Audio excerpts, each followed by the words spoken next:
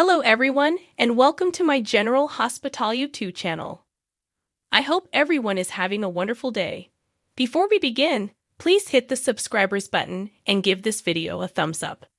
The General Hospital spoilers for Friday, October 27 indicate that Laura Collins commented on how well Esme Prince was adjusting to her new role as receptionist when she stopped by the Unveiled to see Alexis Davis.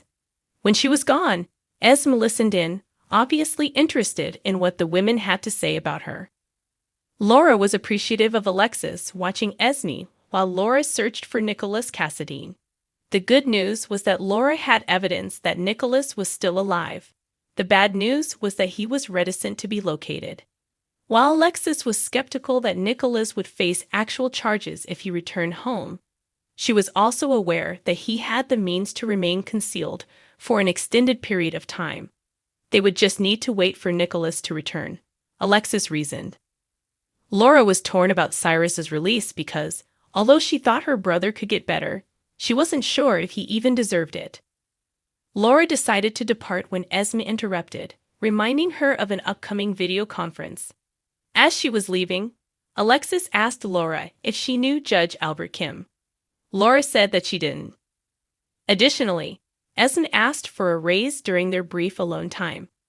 Alexis had a suspicion that there was more to Esme's statement after she pretended that the flat was small now that Laura and Kevin Collins had returned.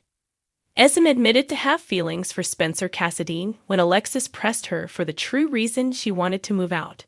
Trina Robinson told Jocelyn Jacks over the phone at the gallery that she was filling in for Ava Jerome for the morning shift. Trina requested Joss to keep an eye out for her art book, which will be dropped off later, and she received updates on Jocelyn's study session with Adam. Upon hearing a customer approaching and disconnecting, Trina was shocked to see Cyrus Renault. Although Cyrus pretended to be interested in purchasing artwork from Ava and said that he had simply happened to run across Trina, she didn't think he had done anything by mistake. Trina became enraged because Cyrus was holding her and her mother captive. Had Laura not given herself up, Cyrus would have been able to eliminate both Trina and Portia Robinson. Trina wasn't buying Cyrus's apology or attempts at making apologies, and she wouldn't forgive him. When Spencer got there, he joined in on the altercation as well. Cyrus played up how he'd helped keep him safe while incarcerated and persuaded Spencer to refer to him as Uncle. Cyrus expressed that seeing Trina's turtle dove thrilled his heart and that Spencer had given the gift he had given. To keep Cyrus away from her turtle dove, Trina grabbed it and vowed to call the police if he approached her or Portia ever again. Despite Cyrus's offer to assist Trina in the future, Trina made it plain that she wouldn't. Trina gave Cyrus the order to go after becoming enraged, and then she gave in to Spencer's consoling hug and demanded that he keep quiet about her meltdown. Adam became quite flirtatious in Jocelyn's dorm room, testing her knowledge of organic chemistry and admiring her note-taking technique. Adam alluded to having rather controlling parents and expressed surprise at Jocelyn's parents' greater level of support. Joss Heller, played by Evan Hofer, showed up to whisk Joss away for some fun right as Adam and Jocelyn were ready to take a break. Joss emphasized that Adam didn't need to wait for Trina's book, but Adam appeared dissatisfied as he packed up his belongings. Envious Adam stared in dismay as Jocelyn and Dex exited the dorm together. Elizabeth Baldwin and Hamilton Finn spent some intimate moments together in Vermont at the cabin and during their maple tree tapping expedition in the woods. Mason Gatlin pushed for a different doctor at the hospital when T.J. Ashford refused to give in to his demands for more medicines. Mason was upset with TJ's whining and remarked that TJ never shut up down there either, because TJ insisted that the answer would remain the same regardless of the doctor Mason saw. TJ pledged to make Mason pay for his kidnapping, and rushed off as it suddenly dawned on him that Mason was one of the kidnappers holding him captive. TJ stated that Mason wouldn't face charges after he gave Jordan Ashford all the information he needed to know and assured him of Mason's guilt. TJ was blindfolded and disoriented, so his account of events couldn't be trusted, and there was no proof to support his story. TJ stormed out, fuming because he demanded justice. Mason told Austin Gatlin Holt, Roger Howarth, back in his room that he was going to sell him out to the police. Mason was going to pretend that his fancy medical cousin was simply a fancy henchman giving him orders to kidnap people. Austin contended that Mason would not be spared punishment if he admitted to being involved in Ava's kidnapping. Mason didn't care, though, and intended to kill Austin for being a pain in the ass for so long. Ultimately, Austin concluded that he needed to assist himself, so he switched off Mason's monitors and closed the blinds. Mason grinned and pretended that his cousin lacked courage as Austin reached for a cushion. Austin was smothering Mason when TJ arrived and went to the window, where he saw what was happening through the closed blinds. Spoilers for Monday, October 30's episode of General Hospital indicate that TJ Ashford will need to make a significant choice. TJ lost it when he learned that Mason Gatlin would not face any charges for kidnapping him.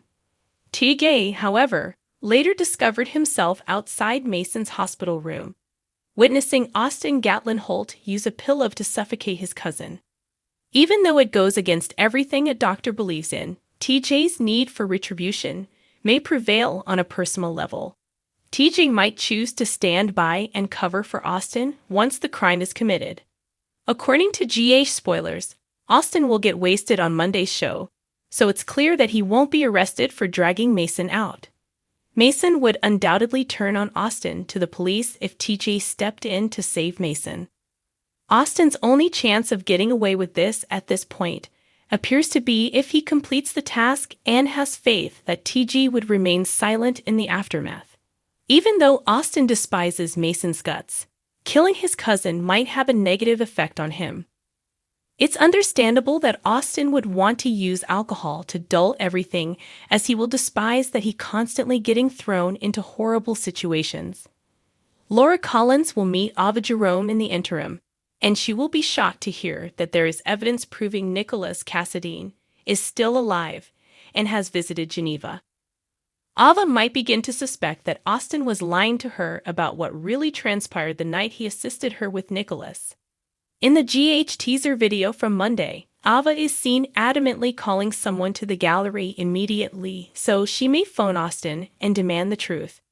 It sounds like Elizabeth Baldwin and Hamilton Finn may eventually hit the sheets in Vermont, where they will likely let more sparks fly as their relationship deepens.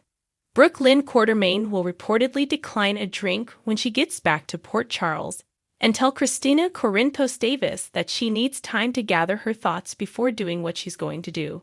Brooke Lynn will take care of Tracy Quartermain, but Sam McCall will enlist the aid of Kobe Bell and Sasha Gilmore for a project she's working on, possibly something unique for Halloween. Regarding Lucy Coe, she will boldly declare to Martin Gray. Lucy will make the bold decision to confront Tracy because she believes she needs to let her know exactly who she is dealing with. Ned Quartermain, aka Eddie Main, will then discuss never taking no for an answer. During Eddie's talk with Tracy, there will be some arguing and annoyance on both sides. Olivia Quartermain will ultimately come to Eddie's aid, therefore he ought to be grateful to have her support. Along with an emotional reunion, Sonny Corinthos will also inform Lois Cerullo on all the significant events in his life, including as his recent marriage to Nina Corinthos. When Lois inquires about Sonny's progress, she will likely want honesty in return and give it in kind when giving counsel. Thanks for watching if you like this video. So please don't forget to subscribe to my channel and don't miss any updates.